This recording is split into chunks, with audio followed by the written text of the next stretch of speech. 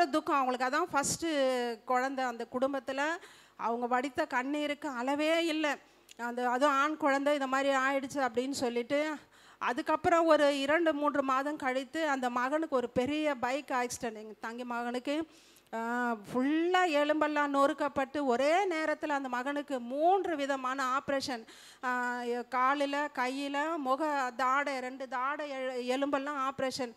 ஆனாலும் அப்புறம் அதுக்கு ஜபந்தான் பண்ணோம். இங்கே வந்து நான் சொல்லி ஒரு நாள் மோசஸ் பிரதரை நான் தண்டையார்பேட்டை ரோட்டில் பார்க்குறேன். அப்படின்னு பிரதர் இது மாதிரி தங்க பையனுக்கு இது மாதிரி ஆயிடுச்சு, கொஞ்சம் ஜெபம் பண்ணுங்க அப்படின்னு. ஒன்றும் கவலைப்படாதீங்க சிஸ்டர்னு. ஆனால் ரொம்ப அழகாக இருப்பான் அந்த பையன். ஒரு சின்ன வாலிபத்தில் ஒரு சின்ன முகப்பரு வந்தால் கூட அவ்வளோ ஃபீல் பண்ணுவான், எனக்கு முகம்லாம் இப்படி ஆயிடுச்சுன்னு. அவங்க அம்மா போய் இந்த குரலகத்தெல்லாம் போயிட்டு ஹெர்பல் இதெல்லாம் வாங்கிட்டு வந்து பையனுக்காக கொடுப்பாங்க.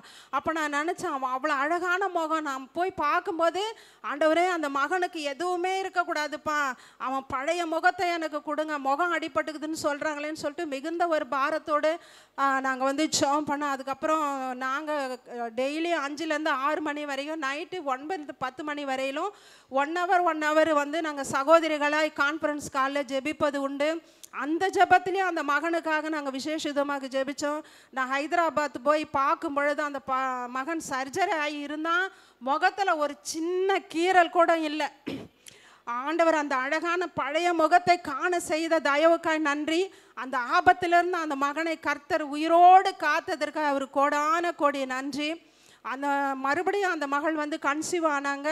மீண்டும் ஒரு பயம் அந்த குடும்பத்தில். கடந்த 1 வருஷமாக அவ்வளோ ஒரு போராட்டம். ஆனாலும் மீண்டும் நாங்கள் ஜெபிக்க ஆரம்பித்தோம். அக்கா நீங்கள் எப்படியாவது இந்த கருவையாவது அந்த கர்த்தர் வந்து குழந்தையாக அவங்க கரத்தில் கிடைக்கணும் அப்படின்னு சொல்லிட்டு, அப்புறம் வந்து அவங்க அக்காவும் டெய்லி அந்த மகளுக்காக ஜெபிப்போம். தேவன் தாமே ஒரு மறுபடியும் அந்த மக கன்சீவ் ஆனாங்க. அநேக போராட்டம், ஒரே வீசிங். கன்சீவ் ஆனதுலேருந்து மூச்சு விட முடியல. எந்த ஹாஸ்பிட்டலுக்கு போனாலும் கன்சீவாக இருக்கும்போது இதுக்கு மெடிசனே கிடையாது. அந்த மாதிரி ரொம்ப ஒரு கஷ்டத்தின் போராட்டத்தில் அந்த மகள் இருந்தால், அநேக உபத்திரவங்கள். இந்த குழந்தையாவது அவங்க கையில் கிடைக்குமா அப்படின்னு. கர்த்தர் தாமே அந்த ஒரு பிள்ளையை அவங்க இழந்தாலும் 2 கர்ப்பத்தின் கண்ணை ரெட்டிப்பாக உனக்கு தருவேன் என்று சொன்னது போல், கடந்த நாட்களில் அதே மாதிரி அந்த மகளுக்கு 9 மாதத்தில் வீட்லேயே பனிக்கூட உடஞ்சிட்டு இருக்குது. ஃபோன் பண்ணி சொல்கிறாங்க 5:50 கரெக்டாக. எனக்கு 6 மணிக்கு ப்ரேயர் லைன் 4:50 இப்போ எனக்கு வந்து கால் வரும்போது ஹாஸ்பிட்டலுக்கு கூட்டின்னு போயிருக்காங்க. நான் சொன்னேன் 5 மணிக்கு ப்ரேயர் லைன் வரும், நாங்கள் ஜெபிக்கிறோம், நீ கவலைப்படாதம்மா அப்படின்னு சொன்னேன். 5 மணிக்கு அக்கா கிட்ட நான் சொல்கிறேன், அக்கா இது மாதிரி மீண்டும் அந்த மகளுக்கு இது மாதிரி ஆயிடுச்சு, ஹாஸ்பிட்டலுக்கு கூட்டின்னு போயிருக்காங்களாம்.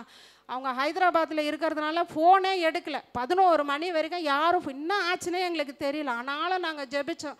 நீ ஒன்றும் கவலைப்படாதம்மா, கர்த்தர் பெரிய காரியங்களை செய்வார்னு அக்கா சொன்னாங்க. அந்த வார்த்தையை வைத்து நானும் அந்த ஜெபம் முடிச்சு ஜெபம் பண்ண, தேவன் பெரிய காரியங்களை செய்தார். இது நிமித்தம் மகிழ்ந்திருக்கிறோன்னு நீங்கள் சொன்னீங்களப்பா, நீங்கள் பெரிய காரியங்களை செய்து நாங்கள் மகிழ்ந்திருக்க உதவி செய்யுங்கன்னு.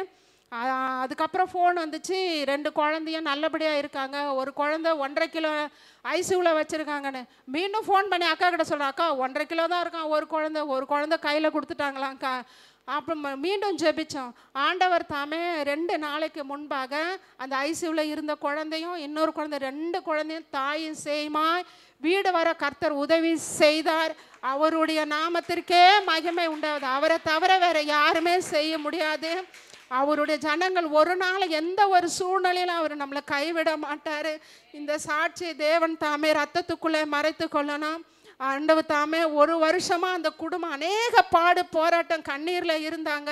கர்த்தர் பெரிய காரியங்களை செய்து இது நிமித்தம் மகிழ்ந்திருக்கிறோம் என்ற வேத வார்த்தையின்படியா இந்த குடும்பங்கள் மொத்தம் இந்த நேரத்தில் அவங்க மகிழ்ந்திருக்க தேவன் உதவி செய்ததற்காய் அவருக்கு கோடான கோடி நன்றி. நன்றி, கோடான கோடி நன்றி. இந்த சாட்சி தேவன் ரத்தத்துக்குள்ளாய் மறைத்து கொள்ளணும். ஆமேன், ஆமேன். எல்லாம்